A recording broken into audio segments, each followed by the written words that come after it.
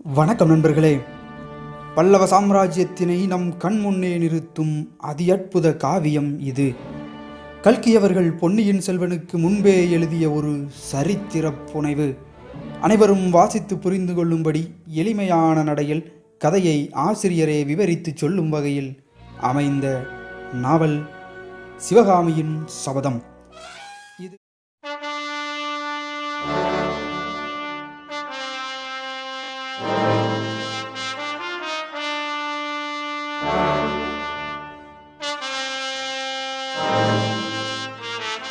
தமிழ் மாதத்தில் முதல் மாதமாக இருக்கிற சித்திரை மாதத்தில் ஒரு நாள் சாயங்காலம் மகேந்திர தடாகம் அப்படிங்கிற ஏரிக்கரை வழியாக போகிற ஒரு பெரிய பாதையில் ரெண்டு பேர் மட்டும் காஞ்சி மாநகரத்தை பார்த்து நடந்து போயிட்டுருக்காங்க.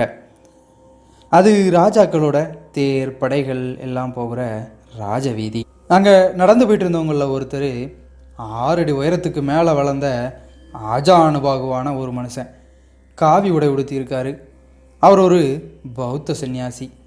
அவர் உடம்பை உத்து கவனித்தா கடுமையான தவங்கள் செஞ்சு விரதம் இருந்ததுனாலேயோ அல்லது கடுமையான வேலைகள் ஏதோ செஞ்சதுனாலேயோ அவர் உடம்பு கெட்டியாக முரட்டுத்தனமாக இருந்துச்சு. இன்னும் அவரோட முகத்தை உத்து கவனித்தா அதில் அன்பு பக்தின்னு எதுவுமே இல்லை. பார்த்த உடனே பார்த்தவங்க பயப்படுற அளவுக்கு பயமுறுத்துகிற மாதிரி இருந்துச்சு அவரோட முகம். அவர் கூட நடந்து வந்த இன்னொருத்தர் கட்டுக்கோப்பான உடம்போடையும் கலையான அழகான முகத்தோடையும் இருக்கிற ஒரு 18 வயது வாலிபன். 2 பேரோட முகத்தையும் உடம்பையும் பார்த்தா சம்பந்தமே இல்லாமல் இருந்தாலும் ஒரே ஒரு விஷயம் மட்டும் 2 பேர் முகத்துலேயும் பொதுவாக இருக்குது. அது என்ன அப்படின்னா அதுதான் ரொம்ப தூரம் நடந்து வந்த களைப்பு. தலைநகரமான காஞ்சிபுரம் இன்னும் எவ்வளோ தூரம் இருக்குது அப்படின்னு அந்த வாலிபன் கேட்க, அதோ அப்படின்னு அந்த சன்னியாசி காட்டினார். அந்த திசையை உத்து பார்த்தா அடர்ந்த மரங்கள் தெரியுது. மரங்களுக்கு இடையில அங்கங்கே பெரிய பெரிய மாளிகைகளோட உச்சியில் கோயில் கோபுரங்கள் மாதிரி கூம்பு வடிவமான விமானங்களை நம்ம பார்க்க முடியுது. அந்த இளைஞனும் அந்த காட்சியை உத்து பார்த்துட்டு, இங்கே இருந்து ஒரு நாளிகை தூரம் இருக்குமா அப்படின்னு கேட்டான். அதுக்கு அந்த புத்த பிட்சு, அவ்வளோதான் இருக்கும் அப்படின்னாரு. அதை கேட்ட வாலிபன், அப்படின்னா நான் கொஞ்சம் உட்கார்ந்துட்டு வரேன், அவசரம்னா நீங்கள் முன்னாடி போகலாம் அப்படின்னு சொல்லிட்டு கையில் இருந்த மூட்டையையும் கம்பையும் பாதையில் ஓரமாக கீழே வச்சுட்டு அந்த ஏரியை பார்த்த மாதிரி உட்காந்தான். அந்த புத்த பிட்சுவும் அவன் பக்கத்தில் மேற்கு திசையை பார்த்த மாதிரி உட்கார்ந்தாரு. அது சாயங்கால நேரம் அப்படிங்கிறதுனால மேற்கு திசையில் அடிவானத்தில் சூரியன் தங்க மாதிரியும் பெருமாளோட கையில் இருக்கிற சக்கராயுதம் மாதிரியும் தகதகதகன்னு மின்னிட்டு இருக்குது. அப்படியே அந்த சூரியனோட வெளிச்சத்தில் வானமெல்லாம் செவந்து போய் பயங்கரமான போரில் இரத்த வெள்ளம் பாஞ்சு ஓடின போர்க்களம் மாதிரி இருக்குது. அங்கங்கே மேகக்கூட்டம் கூட தீப்பிடிச்சு எரிகிற மாதிரி தெரியுது. சூரியன் மறைஞ்சிட்ருக்கிற அந்த நேரத்தில் சூரியனோட வெளிச்சம் அந்த மகேந்திர தடாகம் அப்படிங்கிற ஏரியில் இருக்கிற தண்ணியில் பட்டு தண்ணி உருகின தங்கம் மாதிரி ஜொலிச்சுக்கிட்டு இருக்குது. மேற்கு திசையிலிருந்து திரும்பி அந்த ஏரியோட வடகரையை பார்த்தா சின்ன சின்ன மலைக்குன்றுகள் அந்த ஏரிக்கு காவலாக நிற்குது. அந்த குன்றுகளோட நிழல் ஏரியில் பட்டு அங்கே இருந்த தண்ணீர் கருநீல நிறமாக தெரியுது. ஏரிக்கரை ஓரமாக பார்த்தா சில இடங்களில் கண்ணை பறிக்கிற அளவுக்கு வெள்ளை நிறமாக திட்டாக தெரியுது. இன்னும் கூர்ந்து கவனித்தா அது வெள்ளை நாரைகள் கூட்டம் கூட்டமாக ஒத்த காலில் நின்று தவஞ்செய்து அப்படிங்கிறத நாம் புரிஞ்சிக்க முடியுது. இன்னும் கொஞ்சம் நேரம் அதை ஆழ்ந்து கவனித்தோன்னா திடீர்னு அந்த நாரை கூட்டம் கரையிலிருந்து கிளம்பி வானத்தில் பறக்க ஆரம்பிக்குது. சப்பா, என்ன அழகு! கீழே கருப்பு நிற தண்ணி, மேலே கருநீல நிறத்தில் வானம், பின்னால் கரும்பச்சை நிற மலைக்குன்று, இதுக்கு நடுவில் அந்த விளவிலேருங்கிற நாரை கூட்டம் அப்படியே மிதந்து போகிற மாதிரி பறந்து போயிட்டுருக்குது. இந்த காட்சியெல்லாம் பார்த்தா நாம் மெய் மறந்து அப்படியே அங்கேயே நின்றுவோம். அப்படி ஒரு அழகு. இதெல்லாம் நம்மளை மாதிரியே அமைதியாக பார்த்துட்டு இருந்த அந்த வாலிபன் இந்த பிரம்மாண்டமான ஏரியை மகேந்திர தடாகம்னு சொல்கிறது அவ்வளவு பொருத்தமாக இல்லை. மகேந்திர சமுத்திரம், அதாவது மகேந்திர பெருங்கடல்னு தான் சொல்லணும். அப்படின்னு தனக்கு தானே சொல்லிக்கிறான். அந்த சன்னியாசியும் ஏரியை பார்த்துக்கிட்டே, மகேந்திர தடாகத்தில் இப்போ தண்ணி குறைஞ்சி போயிருக்கு. ஐப்பசி கார்த்திகையில் மழை பெஞ்சு ஏரி நிறைஞ்சிருக்கும் போது பார்த்தா பிரமிச்சு போயிடுவேன். அப்போ இது நிஜமான பெருங்கடல் மாதிரியே இருக்கும் அப்படின்னு சொல்லிட்டு எழுந்திரிச்சாரு. புறப்பட்டுட்டீங்களா சுவாமி அப்படின்னு அந்த வாலிபன் கேட்டான். ஆமாம் பரஞ்சோதி, என் கூட வரதுக்கு தான் உனக்கு பிடிக்கல போல தெரியுதே அப்படின்னு சொல்லிட்டு நடக்க ஆரம்பித்தார் சன்னியாசி. அந்த வாலிபனான பரஞ்சோதியும் மூட்டையையும் கம்பையும் எடுத்துக்கிட்டு அவருக்கு பின்னால் நடக்க ஆரம்பித்தான். இப்போது அந்த பாதையில் போகிறவங்க வரவங்க கூட்டமும் அதிகமாக இருந்துச்சு. ஆட்களை ஏற்றிட்டு போகிற வண்டிகளும் நெல் வைக்கோல் ஏற்றிட்டு போகிற வண்டிகளும் வரிசையாக போயிட்டு இருந்துச்சு. அப்படியே கொஞ்சம் தூரம் நடந்து போய் பார்த்தா அந்த பாதைக்கு 2 பக்கத்துலேயும் வயல்வெளிகள். வயல்வெளியில் நெற்கதிர்கள் செழித்து வளர்ந்து முத்தி போய் தலை சாஞ்சு விழுந்து கிடக்குது. சில வயல்களில் அறுவடை செஞ்சு அதை கட்டிகிட்டு இருந்தாங்க. அந்த வயல்களில் இருந்து புது நெல் புது வைக்கோலோட வாசனை அப்படியே கம கம கம கமன்னு வந்துகிட்டே இருந்துச்சு. அப்படியே நடந்து கொஞ்சம் தூரம் போனால் ஒரு அழகான கிராமம். அந்த கிராமத்தை தாண்டி நடந்தால் மல்லிகை முல்லை அப்படின்னு பூக்களோட மனம். அப்பப்பா, அந்த வாசனையை மூக்கால் மட்டும் முகந்தா போதாது, முழு உடம்பாலையும் அந்த வாசனையை அனுபவிக்கலாம் போலையே அப்படின்னு தோணும். வாலிபன் ஆஹா அப்படின்னா அவனுக்கு எதிரில் கண்ணு கட்டின தூரம் வரைக்கும் நந்தவனம் தான். மல்லிகை முல்லை பூக்கள் வானத்து நட்சத்திரங்களை கொண்டு வந்து கொட்டின மாதிரி அங்கங்கே பூத்து குலுங்கிட்டு இருந்துச்சு. இடையில தங்க நிறமான செவ்வந்தி பூக்கள் பூத்திருக்கக்கூடிய அந்த செவ்வந்தி பூ காடும் வந்துச்சு. இவ்வளவு பூவையும் என்ன தான் செய்வாங்க அப்படின்னு வாலிபன் கேட்டான். இதில் பாதி பூக்களை கொண்டு போய் கோயில் தெய்வங்களுக்கு கொடுப்பாங்க, மீதி பாதி இந்த காஞ்சிபுரத்து பெண் தெய்வங்களோட கூந்தலை அலங்கரிக்கும். அதோ அப்படின்னு சட்டுன்னு நின்னாரு சன்னியாசி. சரசரன்னு அவங்க நடந்து வந்துட்டு இருந்த அந்த பாதைக்கு குறுக்க ஒரு பெரிய பாம்பு ஊர்ந்து போய் நந்தவனத்துக்குள்ளே புகுந்து மறைஞ்சிருச்சு. இந்த மல்லிகை வாசத்துக்கு பாம்புகள் எங்கேன்னு காத்துட்ருக்கும் அப்படின்னாரு சன்னியாசி. திரும்பவும் 2 பேரும் அமைதியாக நடந்து போயிட்டு இருந்தாங்க. அந்த வாலிபன் பரஞ்சோதி கழுக்கெடு சிரித்தான். எதை நினச்சி சிரிக்கிற அப்படின்னு கேட்டார் சன்னியாசி. பரஞ்சோதி கொஞ்ச நேரம் பேசாமல் அமைதியாக இருந்துட்டு, இல்லை அடிகளே, மத்தியானம் அந்த பாம்பை கொன்று என்னை காப்பாற்றுறீங்களே, நீங்கள் ஒரு புத்த பிட்சு, இப்படி ஒரு உயிரை கொல்லலாமா, அதைத்தான் நினச்சி சிரித்தேன் அப்படின்னா. நம்மளை கொல்ல வந்த பசுவை கூட கொல்லலாம் தானே, ஆனால் பாம்பு உங்களை கொல்ல வரலையே, என்னத்தானே கொல்ல வந்துச்சு, என்னோட சிஷியனை நான் தானே காப்பாற்றணும் அப்படின்னு புத்த பிடிச்சு கேட்க, சிஷியனா யாரை சொல்கிறீங்க அப்படின்னு பரஞ்சோதி திருப்பி கேட்டான். ஆமாம், நீ என்னோட உயிரை ஒரு சமயம் காப்பாற்றின, அதுக்கு பதிலாக உங்கள் உயிரை நான் காப்பாற்றினேண்ணா. எப்போ? 300 வருஷத்துக்கு முன்னால். என்ன, முன் ஜென்மத்தில்? ஓஹோ, நீங்கள் முக்காலமும் உணர்ந்த முனிவர்னு தெரியாமல் கேட்டுட்டேன், மன்னிக்கணும் சுவாமி. சன்னியாசி அப்படியே மௌனமாக நடந்து வந்துட்டுருக்காரு. மறுபடி பரஞ்சோதி, சுவாமி, இனிமே வரப்போகிறது கூட உங்கள் ஞான திருஷ்டிக்கு தெரியும் தானே அப்படின்னு கேட்டான். வரப்போகிறது ஒன்று சொல்லட்டுமா? சொல்லுங்கள் சுவாமி. இந்த நாட்டுக்கு பெரிய யுத்தம் வரப்போகுது. பெரிய யுத்தமா? ஆமாம், மகா பயங்கரமான போர். பாலாறு இரத்த ஆறா ஓட போகுது. மகேந்திர தடாகம் இரத்த தடாகமாக போகுது. ஐயோ, பயங்கரமாக இருக்குதே, போதுமடிகளே. கொஞ்ச நேரம் கழிச்சு மறுபடியும் பரஞ்சோதி, நாட்டோட சமாச்சாரம்லாம் எனக்கு எதுக்கு சுவாமி, என் விஷயமா ஏதாவது தெரிஞ்சால் சொல்லுங்களேன் அப்படின்னு கேட்டான். இன்னைக்கு ராத்திரி உனக்கு ஒரு கஷ்டம் வரப்போகுது. சிவசிவா, நல்ல வாக்கா ஏதாவது சொல்லக்கூடாதா? புத்த பகவான் அருளால் அந்த கஷ்டம் உன்னை விட்டு போயிடும். சுவாமி, நான் சைவ சமயத்தை சேர்ந்தவன், எனக்கும் புத்தர் அருள் செய்வாரா? பரஞ்சோதி, புத்த பகவானுடைய கருணை எல்லையே இல்லாதது. அதோ வர்றது யாரு அப்படின்னு கேட்டான் பரஞ்சோதி. மங்களா இருக்கிற அந்த மாலை நேரத்து வெளிச்சத்தில் ஒரு அபூர்வமான உருவம் அவங்களுக்கு எதிரில் வந்துட்டு இருந்தது தெரிஞ்சுது. பார்த்தாலே தெரியலையா, திகம்பர சமண முனிவர் வராருனாரு புத்த பிட்சு. சமண முனிவர்கள் இன்னும் இங்கே இருக்காங்களா அப்படின்னு கேட்டான் பரஞ்சோதி. 3/4 பேர் பாண்டிய நாட்டுக்கு போயிட்டாங்க, மற்றவங்க சீக்கிரம் போயிடுவாங்க. அதுக்குள்ளே அந்த சமண முனிவரும் பக்கத்தில் வந்துடுறாரு.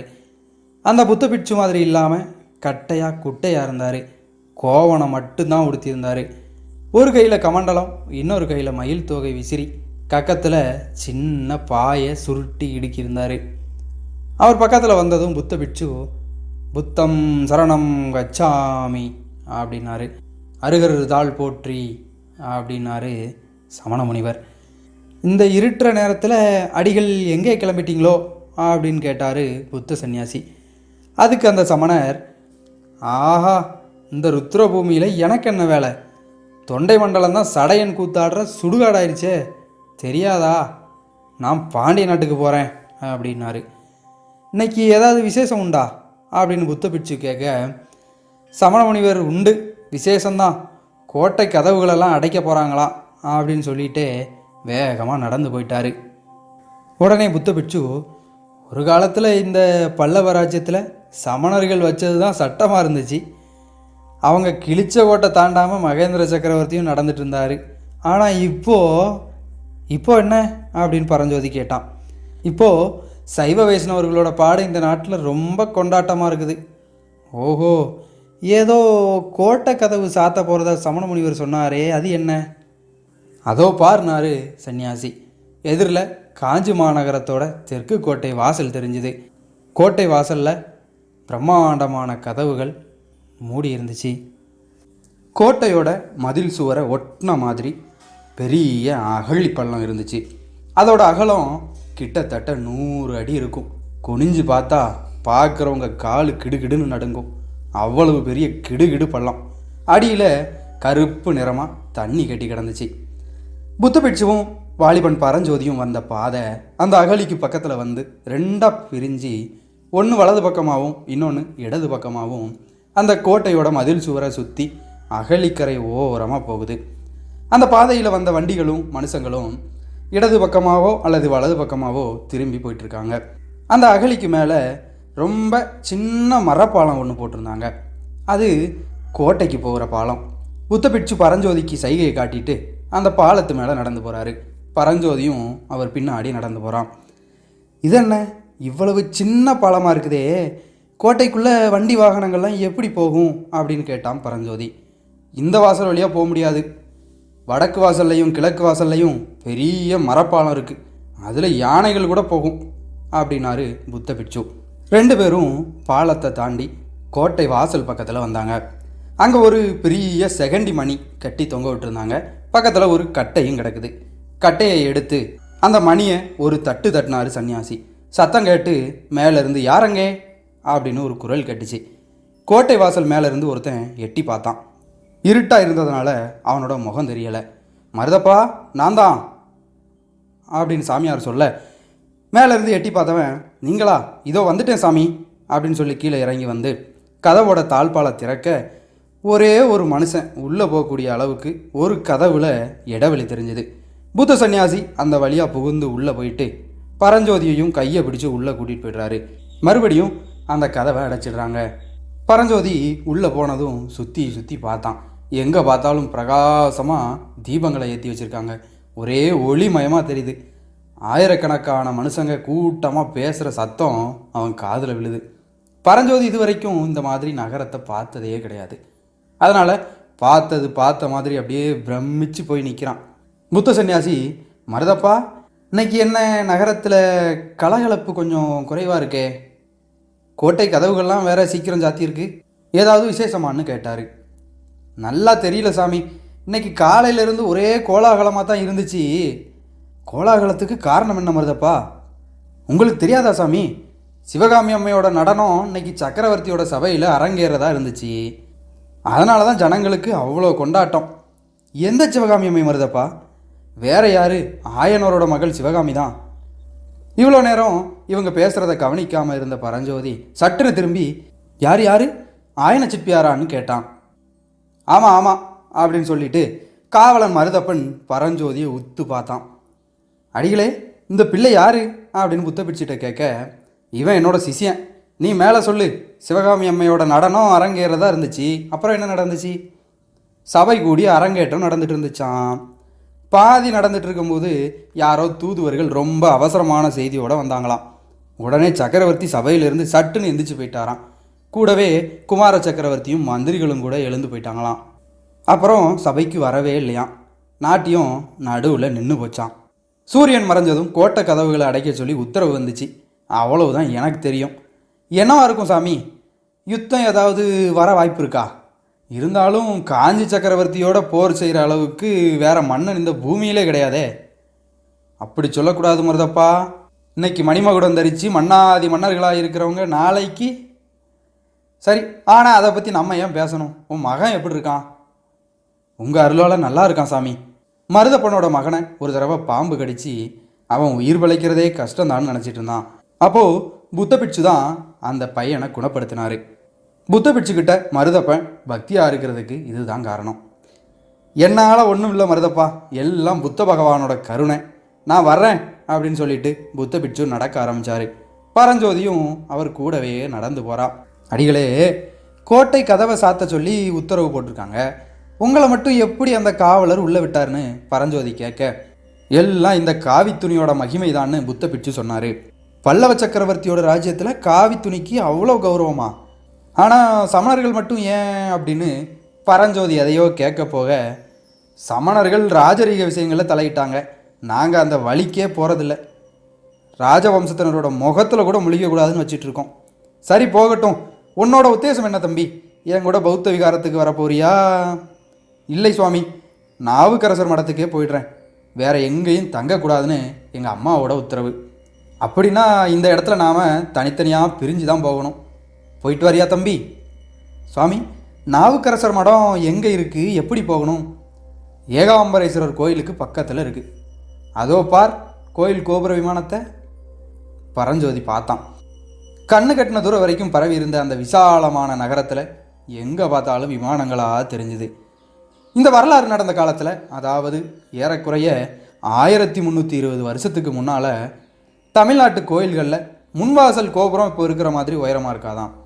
கோயில் கற்ப கிரகத்துக்கு மேலே தான் விமானங்களை அமைப்பாங்களாம். அது மட்டும் இல்லாமல் சிவன் கோயில் விமானம், சமண பள்ளிகளோட விமானம், அரண்மனை விமானம்னு எல்லாம் ஒரே மாதிரியாக இருக்குமா. எங்கே பார்த்தாலும் விமானமயமாக இருக்கே, நீங்கள் எதை சொல்கிறீங்கன்னு பரஞ்சோதி கேட்க, இங்கேருந்து அடையாளம் சொல்கிறது ரொம்ப கஷ்டம், இந்த தெருவோட நேரே போ, ஏகாம்பரர் கோயிலுக்கு வழி எங்கன்னு அங்கங்கே விசாரித்து தெரிஞ்சுக்கோ. கோயில் சன்னதியில் தான் வாகீசர் மடம் இருக்குது. ஜாக்கிரதை தம்பி, காலம் விபரீதமாயிட்டே வருதுன்னு சொல்லிட்டு புத்த பிட்சு அங்கேருந்து கிளம்பி வேற வழியாக போயிடுறாரு.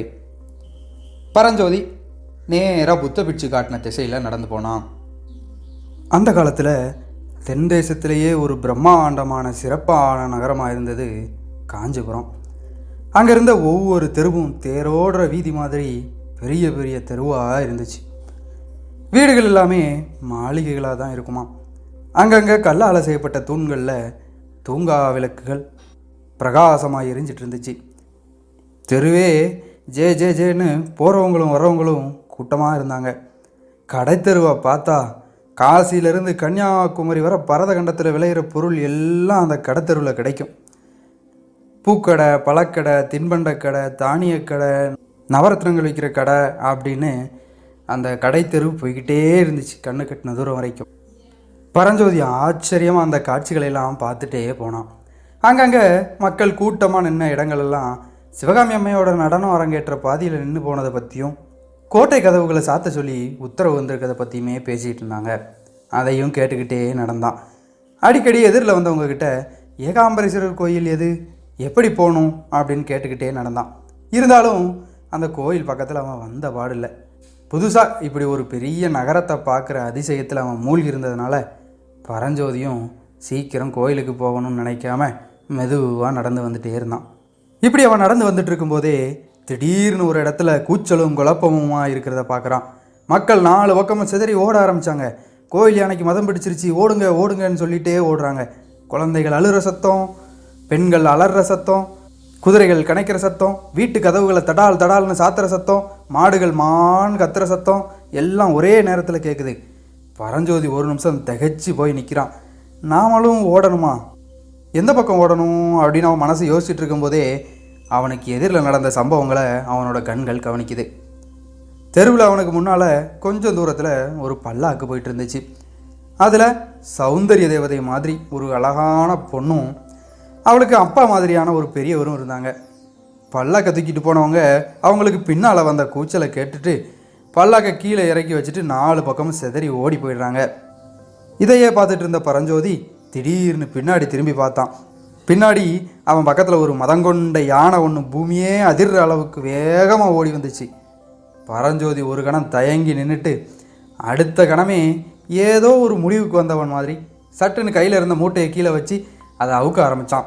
மூட்டைக்குள்ளே இருந்த கூர்மையான வேலோட முனையை எடுத்து கையில் கொண்டு வந்த தடியோட முனையில் மாட்டி அப்படி மாட்டி வேலை தூக்கி பிடிச்சதுக்கும் மதம் கொண்ட யானை அவன் நின்ன இடத்துக்கு பக்கத்தில் வர்றதுக்கும் சரியாக இருந்துச்சு. அவ்வளோதான், பரஞ்சோதி முழு பலத்தையும் காட்டி வேலை வீசினான். அது யானையோட இடது கண் பக்கத்தில் பாஞ்சுது. யானையோட முரட்டு தோலை பிச்சுக்கிட்டு அது உள்ளே இறங்கிருச்சு. அவ்வளோ வேகம். யானை சத்தமாக ஒரு தடவை பிளிரிட்டு அதோட தும்பிக்கையால் வேலை பிடுங்கி காலுக்கு கீழே போட்டு ஒரு மிதி மிதிச்சுது. அப்புறம் வேலை எறிஞ்ச வாலிபன் பக்கம் திரும்பிட்டு மதங்கொண்ட யானை மேலே வேலை எறிஞ்சால் என்ன நடக்கும்னு பரஞ்சோதிக்கு நல்லாவே தெரிஞ்சிருந்ததுனால யானை அவன் பக்கம் திரும்புறத பார்த்த உடனே பல்லாக்கு இருந்த திசைக்கு எதிர்பக்கத்தில் ஓட ஆரம்பித்தான். யானை முழுசாக திரும்பி அவனை துரத்த ஆரம்பிக்கிறதுக்குள்ளே பரஞ்சோதி ரொம்ப தூரம் ஓடிட்டான். கொஞ்சம் திரும்பி பார்க்குறான், யானை பின்னாடி வேகமாக துரத்திட்டு வருது. உடனே பக்கத்தில் ஒரு சந்துக்குள்ளே திரும்பி ஓட ஆரம்பித்தான். அந்த சந்து ஒரு பெரிய தெருவில் போய் சேருது. அங்கே 5-6 யானைகளை பாகன்கள் வேகமாக கூட்டிகிட்டு வர்றதை பார்க்குறான். அந்த மதம் பிடிச்ச யானையை இந்த யானைகளை வச்சு கட்டுப்படுத்தி கூட்டிகிட்டு போகத்தான் இந்த யானைகளை கூட்டிகிட்டு போகிறாங்க போல் அப்படின்னு நினச்சிக்கிறான். அப்புறம் இனிமேல் ஓட வேண்டான்னு மெதுவாக நடக்க ஆரம்பிக்கிறான்.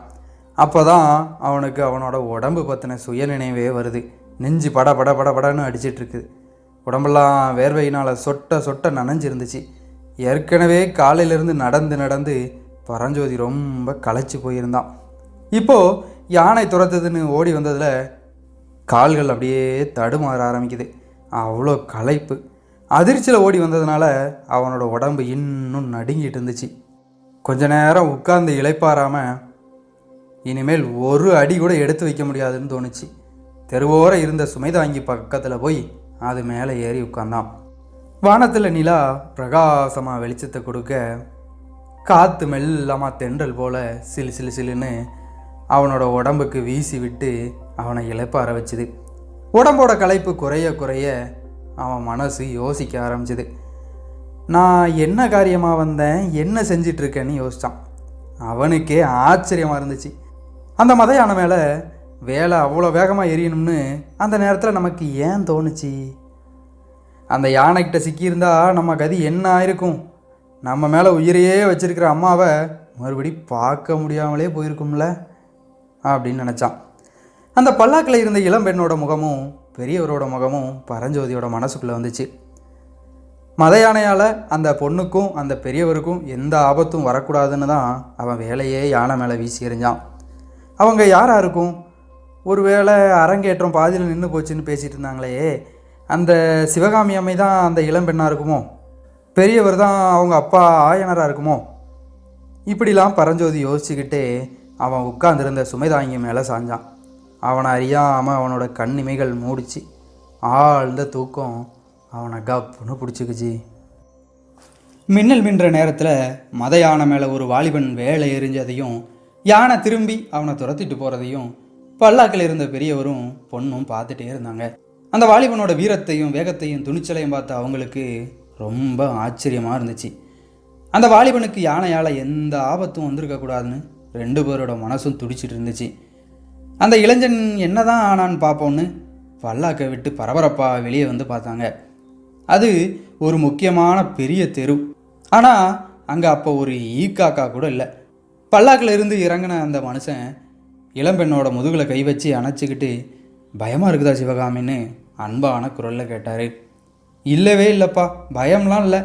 நல்ல சமயத்தில் அந்த வீரவாலிபன் மட்டும் வந்து யானை மேலே வேலை எறிஞ்சு அதை திசை திருப்பலைன்னா நம்மளோட கதி என்ன ஆயிருக்கும் அப்படின்னு அந்த பொண்ணு கேட்டா. பல்லாக்கு சுக்கு 100 ஆயிருக்கும்னாரு பெரியவர். ஐயோ அப்படின்னு அந்த பொண்ணு சொல்ல, அதுக்கு தான் பல்லாக்கை கீழே இறக்கி வச்சுட்டு அதை தூக்கிட்டு வந்தவங்கள ஓடி போக சொன்னேன். நாமளும் பல்லாக்கில் இருந்து இறங்கி பக்கத்தில் ஏதாவது ஒரு வீட்டுக்குள்ளே ஓடி போய் தப்பிச்சிருக்கலாம். ஆனாலும் வந்த ஆபத்து பெரிய ஆபத்து தான் சொன்னார் பெரியவர். நாலாபுரமும் சிதறி ஓடின மக்கள் கொஞ்ச நேரத்தில் ஒவ்வொருத்தராக திரும்பி வர ஆரம்பித்தாங்க. வந்தவங்க எல்லாரும் அங்கே நடந்த விஷயங்களை பற்றி ஒரே நேரத்தில் பேச ஆரம்பித்ததுனால இவ்வளோ நேரம் அமைதியாக இருந்த அந்த இடத்துல இப்போது கலகலன்னு பேச்சு சத்தம் கேட்க ஆரம்பிச்சிது. ஆஹா, இது ஆயனரும் அவர் மகளும்லா, நல்ல வேலையாக போச்சு, கடவுள் தான் காப்பாற்றினாருன்னு மக்கள் பலவிதமாக பேசிகிட்டே நின்றுட்டு இருந்தாங்க. கடவுள் காப்பாற்றினாருனாலும் அவர் அந்த வீர வாலிபன் உருவத்தில் வந்து தானே காப்பாற்றினாரு. அந்த வாலிபன் யாராக இருக்கும், அவனோட கதி என்ன ஆச்சுன்னு ஆயனரும் அவரோட மகளும் நினச்சிட்டு இருந்தாங்க. ஆனாலும் அந்த வாலிபனை பற்றி தகவல் சொல்கிறவங்க அப்போ அவங்க யாருமே இல்லை. ஆயனர் யானை கடைசியாக நின்ன இடத்துக்கு பக்கத்தில் போனார். அங்கே யானையோட காலில் மிதிப்பட்டு உடஞ்சி கிடந்த வேலை கையில் எடுத்துட்டு இன்னும் கொஞ்சம் தூரத்தில் அவுந்து கிடந்த மூட்டையையும் அவர் கட்டி எடுத்துக்கிட்டு பல்லாக்கு பக்கத்தில் திரும்பி வராரு. சிவகாமி உடஞ்ச வேலை கையில் வாங்கி ஆச்சரியமாக பார்த்தா. சிவகாமி, இங்கே வீணா நின்றுட்டு இருக்க வேண்டாம், நாம் போகலாம், எல்லா விவரமும் நாளைக்கு தெரிஞ்சிடும்னாரு ஆயனர். அப்பாவும் பொண்ணும் பல்லாக்குக்குள்ளே ஏற ஆரம்பிக்க தூரத்தில் குதிரைகள் ரொம்ப வேகமாக வர்ற சத்தத்தை கேட்டு தயங்கி நிற்கிறாங்க. நிலா வெளிச்சத்தில் முன்னால் 2 குதிரைகள் பாஞ்சு வர்றதையும் அதுக்கு பின்னால் 5-6 குதிரைகள் வர்றதையும் பார்த்தாங்க. முன்னால் வந்த குதிரைகள் மேலே 2 கம்பீரமான மனிதர்கள் ஏறி வந்தாங்க. பின்னால் வந்த குதிரை மேலே வந்த வீரர்கள் கையில் வேலோடு இருந்தாங்க. அந்த குதிரைகள் பல்லாக்கு பக்கத்தில் வந்து நின்னதும் மக்கள் எல்லாரும் பயபக்தியோடு ஒதுங்கி நின்னாங்க. மகேந்திர மகாபல்லவர் வாழ்க, திரிபுவன சக்கரவர்த்தி வாழ்க, குணபுர மகாராஜா வாழ்க, குமார சக்கரவர்த்தி மாமல்லர் வாழ்கன்னு சுற்றி இருந்த மக்கள் கோஷம் போட்டாங்க. வெள்ளை குதிரையில் முன்னால் வந்தவங்க மகேந்திர சக்கரவர்த்தியும் அவரோட ஒரே மகன் நரசிம்ம பல்லவர் இருந்தாங்கிறத தெரிஞ்ச உடனே ஆயனருக்கும் சிவகாமிக்கும் ஆச்சரியம் தாங்க முடியல. சிவகாமி ஆயனருக்கு பின்னால் ஒதுங்கி வெக்கத்தோடு நின்னான். அவளோட அழகான கண்கள் மகேந்திர சக்கரவர்த்தி பின்னால் குதிரை மேலே இருந்த குமார சக்கரவர்த்தியை பார்த்துச்சு. மகேந்திர சக்கரவர்த்தி, ஆயனரே, இது என்ன, நான் கேள்விப்பட்டது விபரீதமாலாம் இருக்குன்னு சொல்லிக்கிட்டு குதிரை மேலேருந்து இறங்கினார். ஏகாம்பரர் அருளால் எந்த துன்பமும் இல்லை பிரபுன்னாரு ஆயனர். சிவகாமி ரொம்ப பயந்து போயிட்டாளான்னு சக்கரவர்த்தி கேட்க சிவகாமி பயப்படலை. இதெல்லாம் ஏதோ வேடிக்கை நினச்சிட்டு இருக்கான்னு ஆயனர் சொல்லிட்டு அவருக்கு பின்னால் அடக்கத்தோடு நின்ன சிவகாமியை அன்பாக ஒரு பார்வை பார்த்தாரு. அப்போது சக்கரவர்த்தியும் அவளை பாசமாக ஒரு பார்வை பார்த்துட்டு, ஏன் சிவகாமி தலை குனிஞ்சு நிற்கிற, அரங்கேற்றம் நடந்துட்டு இருக்கும்போது பாதியிலே போயிட்டேன்னு என் மேலே மனஸ்தாபமா அப்படின்னு கேட்டார். சிவகாமி முகத்தில் வெக்கம் கலந்த ஒரு சிரிப்பு மட்டும் வந்துச்சு. ஆனால் அவள் அமைதியாக இருந்தா. அப்போது ஆயனர், பல்லவேந்திரா, சிவகாமிக்கு அவ்வளோ விவரம் தெரியாமலா இருக்கும், ஏதோ ரொம்ப முக்கியமான காரியங்கிறதுனால தான் நீங்கள் பாதியில் எழுந்து போயிருப்பீங்கன்னாரு. ஆமாம் ஆயனரே, ரொம்ப முக்கியமான காரியம்தான், எல்லாம் பிறகு விவரமாக சொல்கிறேன். மந்திர ஆலோசனை முடிஞ்சு வெளியில் வந்ததுமே உங்களை பற்றி தான் விசாரித்தேன். நீங்கள் கிளம்பிட்டீங்கன்னு தெரிஞ்சுது. ஏன் இவ்வளோ அவசரமாக கிளம்புனீங்க? ராத்திரி வீடு போய் சேர்ந்தா தானே காலையில் என்னோடய வேலையை ஆரம்பிக்க முடியும். ஒரு நாள் வீணாக போகக்கூடாதுன்னு தான் இப்போவே கிளம்பிட்டேன் பிரபு. ஆமாம், உம்மோட தெய்வீக சிற்பக்கலையை விட்டுட்டு உம்மால் ஒரு நாள் கூட இருக்க முடியாது தான். இப்போவும் ராத்திரியிலே போகிறதா தான் உத்தேசமா? ஆமாம் பல்லவேந்திரா, பட்ட பகல் மாதிரி நிலா வெளிச்சமாக இருக்குது. ராத்திரியோட ராத்திரியாக வீடு போய் சேர்ந்தாதான் நல்லது. இந்த வெள்ளி நிலாவை பார்த்தா எனக்கு கூட உங்கள் கூடயே வரணும்னு தான் தோணுது. ஆனால் அது முடியாத காரியம். நாளைக்கு அல்லது நாளைக்கு மறுநாள் வரேன்னு சொல்லிட்டு சக்கரவர்த்தி பின்னால் திரும்பி பார்த்தாரு. அப்போது சக்கரவர்த்திக்கு பின்னால் இன்னொரு வெள்ளை குதிரை மேலே இருந்த நரசிம்மவர்மர் அப்படியே லாவகமாக குதிரை மேலே இருந்து கீழே குதிச்சு சக்கரவர்த்தி பக்கத்தில் வந்து, அப்பா, யானை மேலே வேலை எறிஞ்ச வாலிபனை பற்றி விசாரிக்கலையே அப்படின்னு சொல்லிட்டு ஆயனரை பார்த்து, ஆயனரே, அந்த வாலிபன் யார், அவன் எங்கே போனான்னு உங்களுக்கு ஏதாவது தெரியுமா அப்படின்னு கேட்டார். அதான் தெரியல, வேலை எரிஞ்சதும் அவன் மின்னல் மாதிரி மறைஞ்சிட்டான். ஆனால் அப்படி மறைஞ்சதுனால தான் அவன் உயிர் தப்பிச்சான். பார்த்தா ஏதோ நாடோடி பையன் மாதிரி தோணுச்சின்னாரு ஆயனர். குமார சக்கரவர்த்தி ஆயனர்கிட்ட பேசிகிட்டு இருந்தாலும் அவரோட கண்கள் மட்டும் ஆயனருக்கு பின்னால் இருந்த சிவகாமி மேலேயே நின்றுச்சு. நரசிம்மவர்மர் கொஞ்சம் தூரத்தில் குதிரை மேலே இருக்கும்போது அவரை அப்பப்போ ஏற்று பார்த்த சிவகாமி இப்போ அவர் பக்கமே பார்க்காம தரையையே பார்த்துட்டு இருந்தா. தரையில் அவள் பக்கத்தில் கொஞ்ச நேரத்துக்கு முன்னால் அவள் கையிலிருந்து கீழே விழுந்த உடஞ்ச வேல் கிடந்துச்சு. அதை பார்த்த நரசிம்மர், சிவகாமி இது என்ன அப்படின்னு கேட்டுக்கிட்டே அவள் பக்கத்தில் போனார். சிவகாமி கொஞ்சம் பின்வாங்கி உடஞ்சி கிடந்த வேலை தரையிலிருந்து எடுத்து அவர்கிட்ட நீட்ட அதை நரசிம்மர் கையில் வாங்கினார். உடனே ரெண்டு பேரும் தேல் கொட்டின மாதிரி வெடுக்குன்னு கையை விளக்கிக்கிறாங்க. அவரோட கைவிரல் சிவகாமியோட விரல் மேலே பட்டிருக்கும் போல. நரசிம்மர் உடம்புல இருந்த படபடப்பை ஒருபடியாக சமாளிச்சுக்கிட்டு ஆயனரை பார்த்து, உங்களை மத யானையோட கோபத்திலிருந்து காப்பாற்றினது இந்த வேல் தானே ஆயனரே அப்படின்னு கேட்டார். ஆமாம் பல்லவகுமாரான்னு ஆயனர் ஏதோ சொல்கிறதுக்குள்ளே மாமல்லர் அவங்க அப்பா நரசிம்மரை பார்த்து, இந்த வேல் யாரோடதுன்னு கண்டிப்பாக கண்டுபிடிக்கணும். அவன் நல்ல சமயத்தில் வந்து இந்த வீரச்செயலை செய்யலைன்னா பல்லவ சாம்ராஜ்யத்தோட பெரிய சிற்பியை நாம் இழந்திருப்போமே அப்படின்னாரு. அதுக்குள்ளே சக்கரவர்த்தி, பெரிய சிற்பியை மட்டுமா, பல்லவ சாம்ராஜ்யத்தோட சிறந்த கலைவாணியையும்லாம் இழந்திருப்போம். அந்த வீரனை கண்டிப்பாக கண்டுபிடிச்சாகணும். இவங்க இப்போ புறப்பட்டு போட்டும், ஏற்கனவே நேரம் அதிகமாயிருச்சுன்னு சொல்லிட்டு சிவகாமியை பார்த்து, குழந்தாய் உன்னோட ஆட்டம் இன்னைக்கு ரொம்ப அற்புதமாக இருந்துச்சு, முழுசும் பார்க்கத்தான் முடியாமல் போயிருச்சுன்னாரு. அப்புறம் ஆயனரை பார்த்து, ஆயனரே உம்மோட பேச வேண்டிய விஷயம் நிறையா இருக்குது, சீக்கிரத்தில் மாமல்லபுரம் வரேன், இப்போ ஜாக்கிரதையாக வீடு போய் சேருங்கன்னு சொன்னார். அங்கே நாம் நிற்கிற வரைக்கும் ஆயனரும் அவர் மகளும் பல்லாக்கில் ஏற மாட்டாங்கன்னு தெரிஞ்சதுனால சக்கரவர்த்தி வேகமாக போய் குதிரை மேலே ஏறினார். நரசிம்மவர்மரும் அவரோட குதிரை மேலே ஏறிக்கிட்டார்.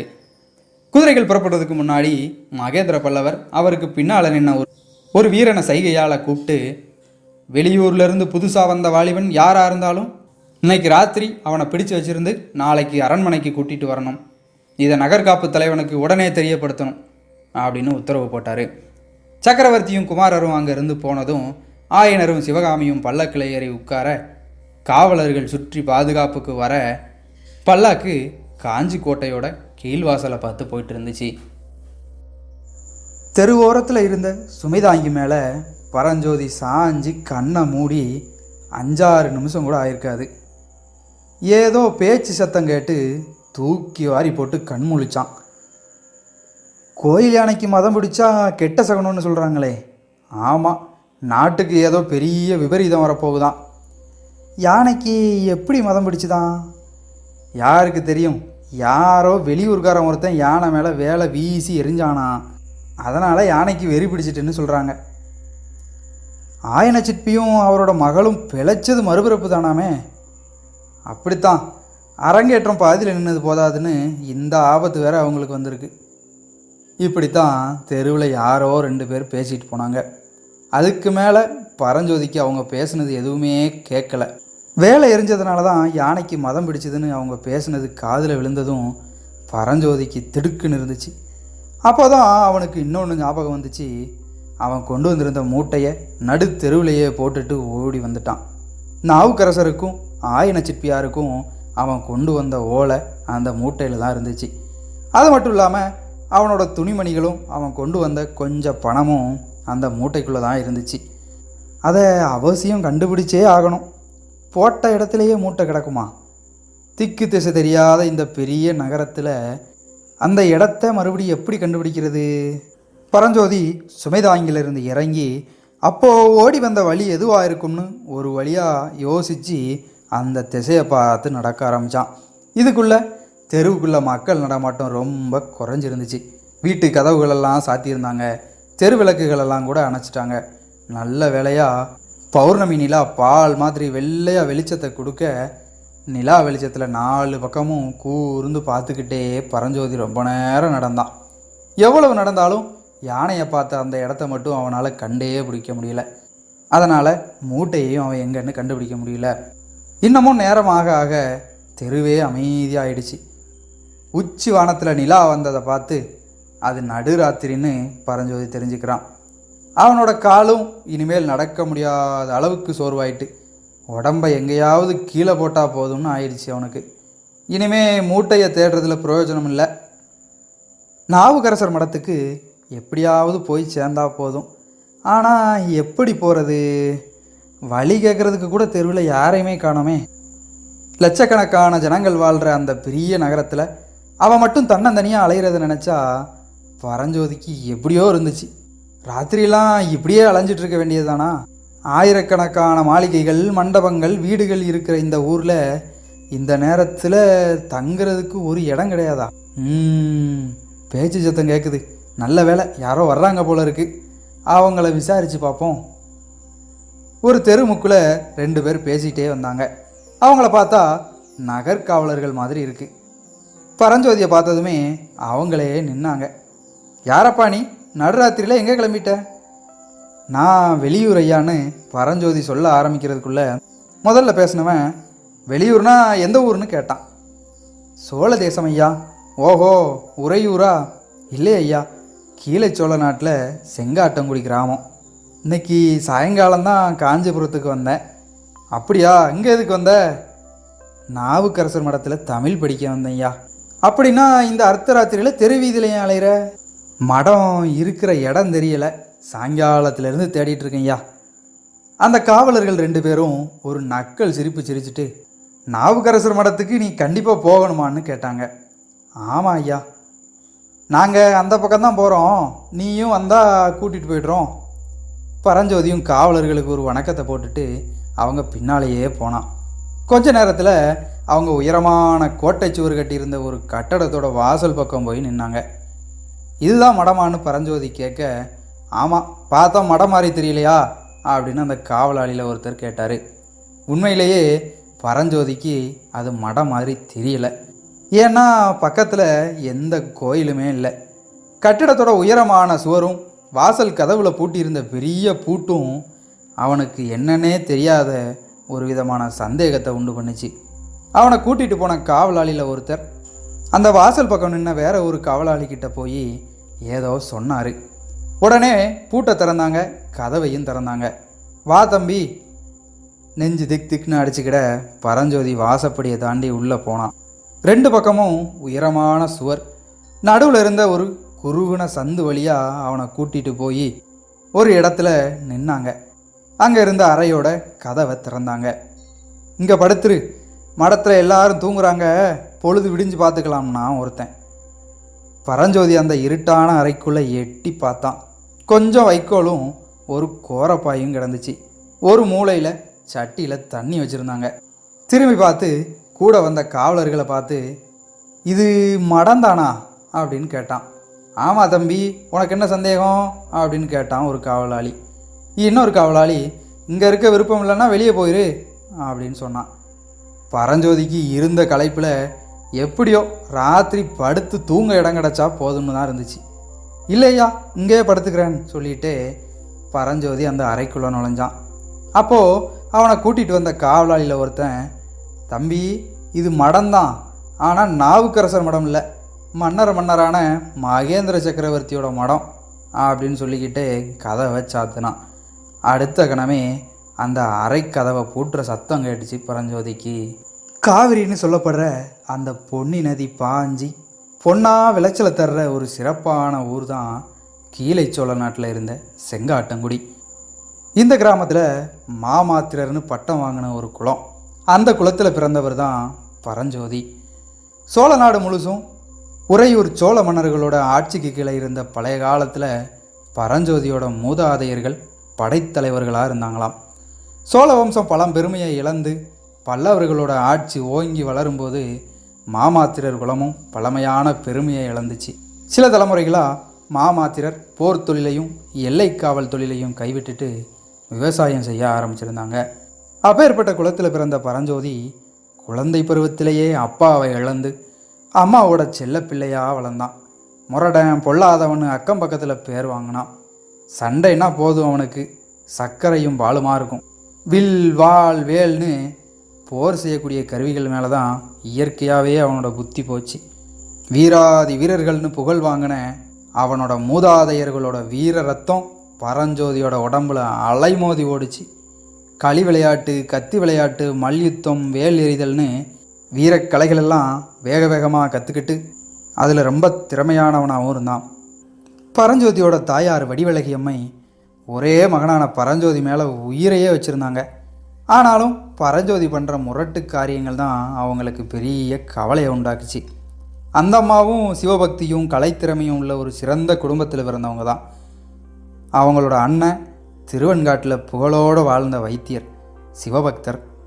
தெய்வ தமிழ் மொழியை நல்லா படித்ததோடு மட்டும் இல்லாமல் வடமொழியையும் நல்லா படிச்சிருந்தார்.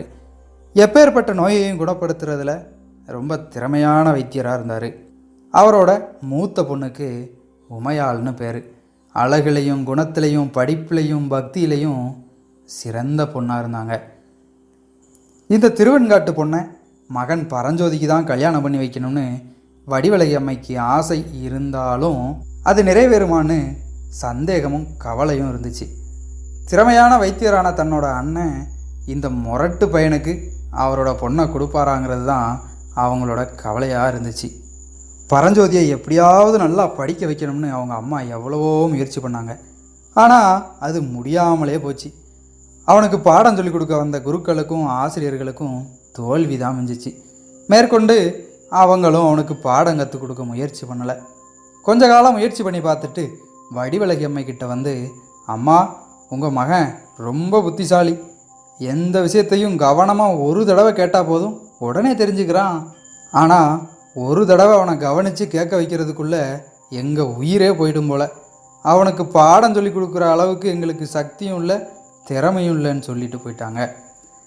இன்னும் ஒரு சில ஆசிரியர்கள் கொஞ்சம் கடுமையான தண்டனைகள் கொடுத்து பரஞ்சோதியை படிக்க வைக்க முயற்சி பண்ணாங்க. அதனால் அவங்க பரஞ்சோதியோட அம்மா கிட்ட கூட சொல்லாமல் ஊரை விட்டே போக வேண்டிய நிலைமை ஆயிடுச்சு.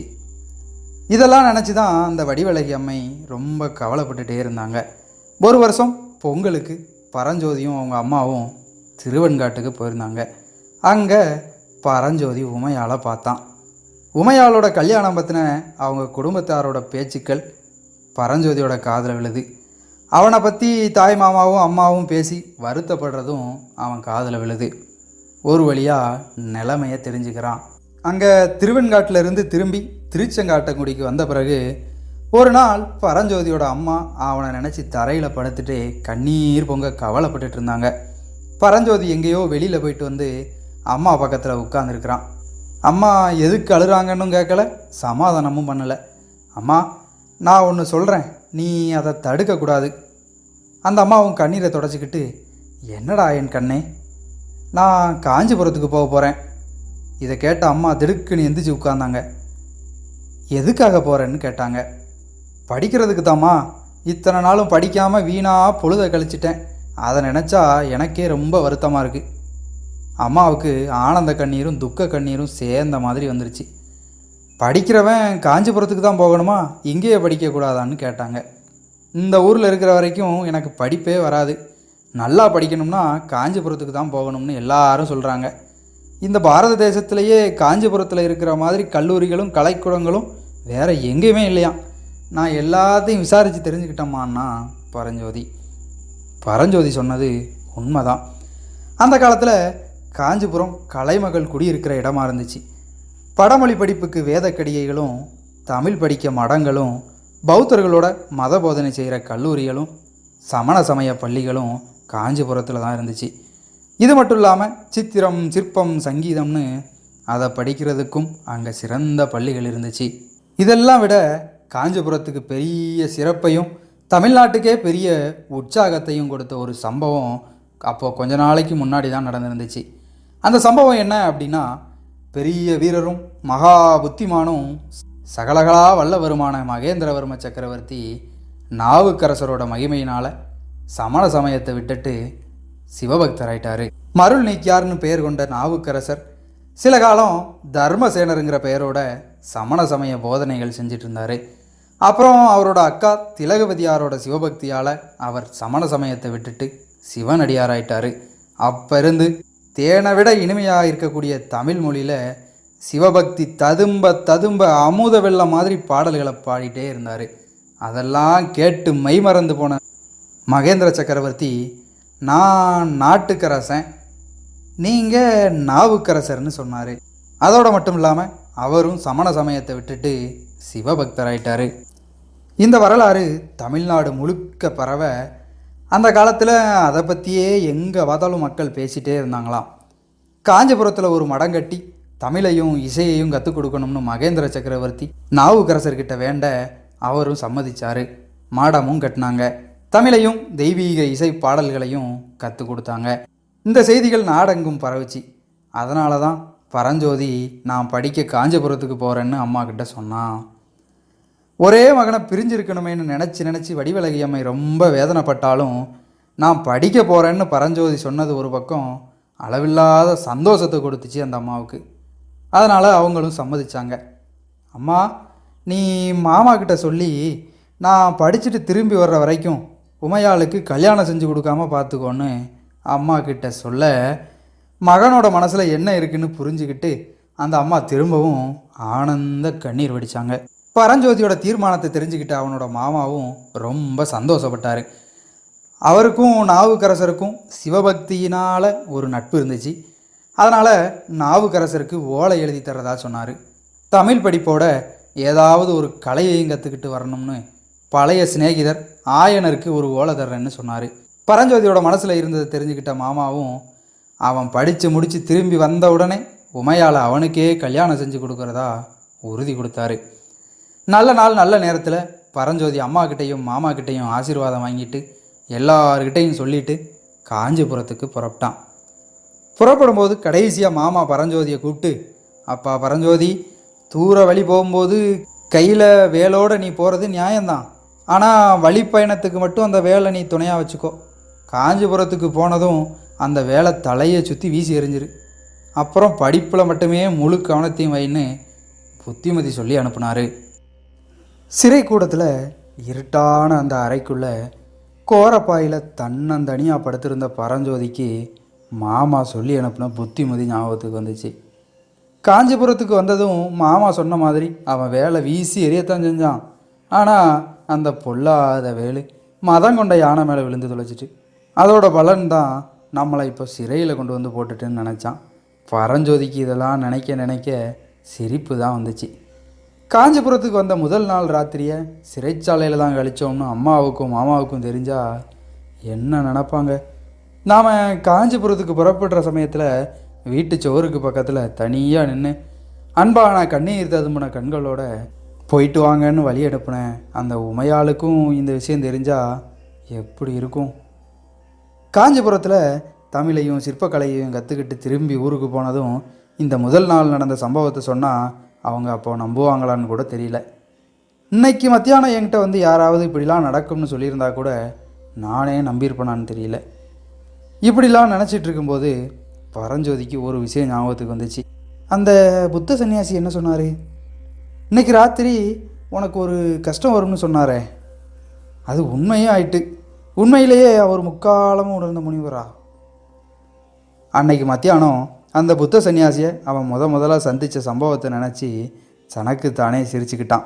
அந்த சம்பவம் என்னென்னா, ஊரில் இருந்து கிளம்பி காலையிலேருந்து நடந்து காஞ்சிபுரம் இன்னும் ஒரு காத தூரம் தான் இருக்குன்னு தெரிஞ்சுக்கிட்ட பிறகு கொஞ்சம் ஓய்வு எடுத்துகிட்டு போகலாமேன்னு பாதை ஓரத்தில் ஒரு மரத்தடியில் படுத்துக்கிட்டான். அவனோட தலைமாட்டில் மூட்டையும் பக்கத்தில் வேலும் கிடந்துச்சு. விஷச்சந்துக்கள் அல்லது காட்டு மிருகங்கள் எதுவும் வந்துடுமோன்னு நினச்சிட்டே இருந்ததுனால அவனுக்கு தூக்கமே வரல. அப்படியே கொஞ்ச நேரம் கண்ணை மூடுறதும் ஏதாவது சத்தம் கேட்டால் அப்படியே திறந்து பார்க்குறதுமா படுத்திருந்தான். அப்படி பார்த்துட்டு இருக்கும்போது அவன் வந்த பாதை வழியாக ஒரு புத்த சன்னியாசி வர்றதை பார்த்தான். புத்தர்கள் அல்லது சமணர்களோட எந்த விதமான பழக்க வழக்கங்களும் வச்சுக்கிடக்கூடாதுன்னும் அவங்கள பார்த்தாலே தூர விலகி போயிடணும்னு அவனோட மாமாவும் அம்மாவும் ரொம்ப வற்புறுத்தி சொல்லியிருந்தாங்க. அது ஞாபகத்துக்கு வந்ததுனால புத்த சன்னியாசியை பார்த்ததும் பரஞ்சோதி கண்ணை மூடிக்கிட்டான். அவர் நடந்து வந்து நம்மளை விட்டு தாண்டி ரொம்ப தூரம் போகிற வரைக்கும் நம்ம தூங்குற மாதிரியே நடிச்சிட வேண்டியதான் அப்படின்னு முடிவு பண்ணியிருந்தான். கொஞ்ச நேரத்தில் பக்கத்தில் யாரோ வந்து நிற்கிற மாதிரியும் அவனையே உத்து பார்க்குற மாதிரியும் அவனுக்கு தோணுச்சு. மெதுவாக கண்ணை திறந்து பார்த்தான். பரஞ்சோதி கொஞ்சம் தைரியமான வாலிபந்தான். ஆனாலும் கண்ணை திறந்த உடனே அவன் பார்த்த காட்சியால் அவன் திடுக்குன்னு பயந்துட்டான். கொஞ்ச நேரத்துக்கு முன்னாடி தூரத்தில் அவன் பார்த்த புத்த சன்னியாசி அவன் பக்கத்தில் நெருக்கமாக வந்து நின்று அவனை ரொம்ப உத்து பார்த்துட்டே இருந்தார். அவரோட முகத்தை அவ்வளோ நெருக்கமாக பார்த்ததுனால தான் அவனுக்கு திடுக்குன்னு பயமாயிருச்சான். இதை விட இன்னொரு விஷயம் என்னென்னா, அவர் கையில் ஒரு பாம்போட வாழை பிடிச்சி தலைகீழ தொங்க விட்ட மாதிரியே நின்றுட்டு இருந்தார். இதை பார்த்த பரஞ்சோதிக்கு பயங்கரமாகவும் அருவருப்பாகவும் இருந்துச்சு. 5 அடி நீள நாகப்பாம்பு அது. ஆனால் செத்து போனது. அதோட உடம்புல பலமான காயங்கள் இருந்துச்சு. பரஞ்சோதி படபடன்னு எந்திரிச்சு, அடிகளே இது என்ன வேடிக்கை, எதுக்காக இப்படி செத்த பாம்பை கையில் பிடிச்சிட்டு இருக்கீங்க, தூர ஏறிங்கன்னா. பிள்ளாய், இப்படிப்பட்ட காட்டுப்பகுதியில் தனியாக படுத்து தூங்கலாமா? நான் கொஞ்சம் கவனிக்கலைன்னா உன்னை அந்த பாம்பு கடிச்சிருக்கும். நல்ல சமயத்தில் வந்து நான் இதை அடித்ததுனால நீ பிழைச்ச அப்படின்னு சொல்லிட்டு புத்த சன்னியாசி அந்த செத்த பாம்பை தூர எறிஞ்சார். பரஞ்சோதி முகத்தில் வந்த புன் சிரிப்பை கொஞ்சம் அடக்கிக்கிட்டு, அப்படியே அடிகளே, நான் எங்கள் அம்மாவுக்கு ஒரே பிள்ளை, என்னை நீங்கள் காப்பாற்றினதுக்கு எங்கள் அம்மா உங்களுக்கு ரொம்பவும் நன்றி சொல்லுவாங்கன்னு சொன்னான்.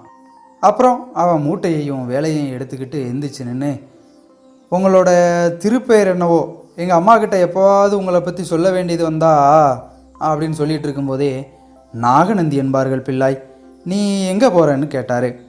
காஞ்சிபுரத்துக்கு போகிறேன் ஐயா. அப்படியா, நானும் அங்கே தான் போகிறேன், நல்ல வழித்துணையாக போச்சு, வா போகலான்னு நாகநந்தி அடிகள் சொன்னார். இருட்டான சிறையில் கோரப்பாயில் படுத்திருந்த பரஞ்சோதி இதெல்லாம் நினச்சி பார்க்குறான். அது மட்டும் இல்லாமல் அந்த புத்த பிட்சுக்கு நாகநந்திங்கிறது எவ்வளவு பொருத்தமான பேர். அவர் முகத்தை பார்த்தாலே நாகப்பாம்போட ஞாபகம் தான் வருது. அந்த நாகநந்தி அடிகள் வருங்காலத்தை பற்றி ஞான திஷ்டியால் தெரிஞ்சுக்கிட்டு தான் சொன்னாரோ அல்லது குருட்டாம்போக்கா சொன்னாரோ, அவர் சொன்ன ஜோசியத்தில் பாதி நடந்துட்டு நான் இப்போ ஒரு கஷ்டத்தில் தான் இருக்கேன். அவர் சொன்ன ஜோசியத்தில் மீதி பாதியும் நிறைவேறுமா? புத்த பகவான் அருளால் அந்த கஷ்டம் விலகிரும்னு சொன்னாரே, அது பழிக்குமா? ஆமாம், பழிச்சு தான் ஆகணும். கஷ்டம் உடனே விலகினாலும் சரி, கொஞ்ச காலம் கழித்து விலகினாலும் சரி, புத்த பகவான் அருளால் அது விலக வேண்டாம், சிவபெருமானோட கருணையினால் அது விலகினா போதும்னு அவனோட மனசில் தோணுச்சு. உண்மையிலேயே பரஞ்சோதி அவனோட நிலைமையை நினச்சி அதிகம் கவலைலாம் படலை. அவன் ஒரு தப்பும் பண்ணலைங்கிறதும், ஒரு மிகப்பெரிய பெருமைப்பட வேண்டிய நல்ல விஷயத்தை தான் செஞ்சுருக்காங்கிறதும் அவனுக்கு தெரிஞ்சுதான் இருந்துச்சு. ஏதோ தவறுதலாக இப்படி சிறையில் கொண்டு வந்து அடைச்சிட்டாங்க, உண்மை தெரியும் போது கண்டிப்பாக விடுதலை பண்ணிடுவாங்கன்னு உறுதியாக நம்பினான். அதனால் இன்றைக்கி ராத்திரி நிம்மதியாக தூங்குறது தான் நல்லது. ஆனால் ஏன் தூக்கம் வர மாட்டேங்குது? ஓஹோ, எல்லாம் இந்த ஒரு சான் வயிறு செய்கிற காரியம்தான். ராத்திரி ஒன்றுமே சாப்பிடலை இல்லையா, அதான் பசி வயிற்ற கிள்ளுது. அதனால தான் தூக்கமே வரலை. நல்ல காஞ்சிபுரம், ரொம்ப தூரம் நடந்து யாத்திரை வந்த வெளியூர்காரங்களை ராப்பட்னி போட்டுக்கொள்கிற இந்த ஊரை பற்றி என்னத்தை சொல்ல. காஞ்சிபுரத்தை நெருங்கி வந்துட்டு இருக்கும்போது அந்த திகம்பர ஜைன முனிவர் எதிரில் வந்தார்ல, அந்த ராப்பட்னிக்காரனோட முகத்தில் முழிச்சதுனால தான் இன்றைக்கி ராத்திரி நமக்கு சாப்பிட எதுவுமே கிடைக்கல போல். இப்படிலாம் பரஞ்சோதி யோசிச்சுக்கிட்டே இருக்கும்போது அவன் இருந்த இடத்துல ஒரு மாற்றம் நடந்துச்சு. அது என்னன்னு சட்டுன்னு திரும்பி பார்த்தான். அது என்னன்னா, கொஞ்ச நேரத்துக்கு முன்னாடி வர இருட்டாக இருந்த அந்த இடத்துல இப்போ கொஞ்சம் வெளிச்சம் வந்துச்சு. பரஞ்சோதி அதை அதிசயமாக இருக்கே, வெளிச்சம் எங்கேருந்து வருதுன்னு மேலே பார்த்தான். கூரையில் இருந்த சின்ன ஓட்டை வழியாக நிலா வெளிச்சம் உள்ளே வருதுன்னு தெரிஞ்சுக்கிட்டான். இவ்வளோ நேரம் இல்லாமல் மேலே திடீர்னு இப்போது எப்படி ஓட்டை வந்துச்சு? பரஞ்சோதிக்கு ஆச்சரியமாகவும் சந்தேகமாகவும் இருந்துச்சு. இல்லை, ஓட்டை எப்போதுமே இருந்திருக்கும், ஆனால் இப்போ தான் அந்த ஓட்டைக்கு நேராக நிலா வந்திருக்கு போலன்னு தனக்கு தானே சந்தேகத்தை நிவர்த்தி பண்ணிக்கிட்டான். பௌர்ணமி நிலாவோட வெளிச்சம் அப்போது வெளி உலகத்தையெல்லாம் கனவு உலகம் மாதிரி மாற்றிட்டு இருந்திருக்கு. அந்த விஷயத்தை எனக்கு எடுத்து சொல்லி என்னோடய வயிற்றறிச்சலை கொட்டிக்கிறதுக்காகத்தான் மேல்கூரை ஓட்ட வழியாக அந்த நிலா வெளிச்சம் உள்ளே வருது போல். ஆஹா, இதென்ன, உள்ளே வர்ற நிலாவோட வெளிச்சம் அதிகமாயிட்டே இருக்குது, ஓட்டை பெருசாக இருக்கிற மாதிரி இருக்கே. அடடே, முதல்ல பார்க்கும்போது ஒரு கை கூட போக முடியாத அளவுக்கு சின்ன ஓட்டையாக இருந்துச்சு, இப்போது ஆள் நுழையிற அளவுக்கு பெருசாயிருச்சே. இது என்ன, இந்திரஜாலமா அல்லது மகேந்திர ஜாலமா? மகேந்திர சக்கரவர்த்தி ஆள்ற இந்த காஞ்சி நகரம் மாயாஜால நகரமாக இருக்குதே. ஐயோ, இது என்ன பயங்கரம்! பரஞ்சோதியோட மூச்சே ஒரு நிமிஷம் நின்று போச்சு. மேல்கூரையில் இருந்த ஓட்டை வழியாக நெளிஞ்சு கீழே வந்துச்சு ஒரு நீளமான பாம்பு. இல்லை, அது வெறும் கயிறு தான். பரஞ்சோதிக்கு போன உயிர் திரும்பி வந்துச்சு. இன்னைக்கு மத்தியானம் அந்த புத்த பிடிச்சி செத்த பாம்போட வந்து நின்று திடுக்குன்னு நம்மளை பயமாக்கினாலும் ஆக்குனாரு. கைத்தை பார்த்தா கூட பாம்பு மாதிரி தான் தெரியுது. மேல்கூரை ஓட்டையோட மர்மம் என்னன்னு இப்போ தான் தெரிஞ்சுது அவனுக்கு. யாரோ வேணும்னு தான் கூரையில் ஓட்டை ஆக்கியிருக்காங்க, அது வழியாக கயிறை வேற உள்ளே விட்றாங்க. எதுக்கு? வேற எதுக்காக இருக்கும், நம்மளை தப்பிக்க வைக்கத்தான். ஆனால் முன்ன பின்ன தெரியாத இந்த பெரிய ஊரில் அவ்வளவு அக்கறையாக நம்மளை தப்பிக்க வைக்க நினைக்கிறவங்க யார்? அவங்களுக்கு நான் இங்கே தான் இருக்கேன்னு எப்படி தெரிஞ்சுது? இதுக்குள்ளே கயிறோட முனை கீழே அவன் கை கெட்டுற தூரத்துக்கு வந்துட்டு இன்னும் கீழே வந்து தலையையும் தொட்டுட்டு பிறகு அந்த கயிறு அப்படியும் இப்படியுமா அசைஞ்சுது. மேலே இருந்து கயிறை விட்டவங்க அதை ஆட்டுறாங்கன்னு தெரியுது. எதுக்கு? நம்மளை அந்த கயிறு வழியாக மேலே ஏறி வர சொல்லி சைகை காட்டுறாங்களோ? அப்படித்தான் இருக்கணும். அதிசயமான முறையில் கிடைச்ச இந்த உதவியை வாங்கிக்கலாமா வேணாமான்னு பரஞ்சோதி ஒரு நிமிஷம் யோசித்தான். வேறு ஏதாவது தொல்லைகள் வந்து சேர்ந்துருமோன்னு ஒரு பக்கம் யோசனையாக இருந்துச்சு. இருந்தாலும் இவ்வளவு அக்கறையாக நம்மளை காப்பாற்ற ஆசைப்படுறவங்க யாராக இருக்குன்னு பார்க்க அவனுக்கு ரொம்ப ஆர்வமாக இருந்துச்சு. அது மட்டும் இல்லாமல் இன்னொரு முக்கியமான காரணமும் சேர்ந்தே இருந்துச்சு. அது என்னன்னா, அவனோட வயிற்றை கிள்ளிக்கிட்டு இருந்த கொடூரமான பசி. பரஞ்சோதி கைத்தை அழுத்தமாக பிடிச்சு இழுத்தான். அது மேலே நல்லா இறுக்கமாக தான் கட்டியிருக்குன்னு தெரிஞ்சுது. அவனோட பாரத்தையும் தாங்கும்னு தெரிஞ்சுக்கிட்டான். உடனே கைத்தை பிடிச்சி மேலே ஏற ஆரம்பித்தான். மேலே ஏறின பரஞ்சோதிக்கு என்ன நடந்துச்சு? தொடர்ந்து இணைந்திருங்கள் அருண் சந்த காலத்து ரேடியோவுடன். நமது அருண் சந்த காலத்து ரேடியோ சேனலை இதுவரை சப்ஸ்கிரைப் செய்யாமல் பார்த்து கொண்டிருக்கும் நண்பர்கள் சப்ஸ்கிரைப் செய்து பெல் ஐக்கானையும் கிளிக் செய்து கொள்ளுங்கள். இதோ கதை தொடர்கிறது.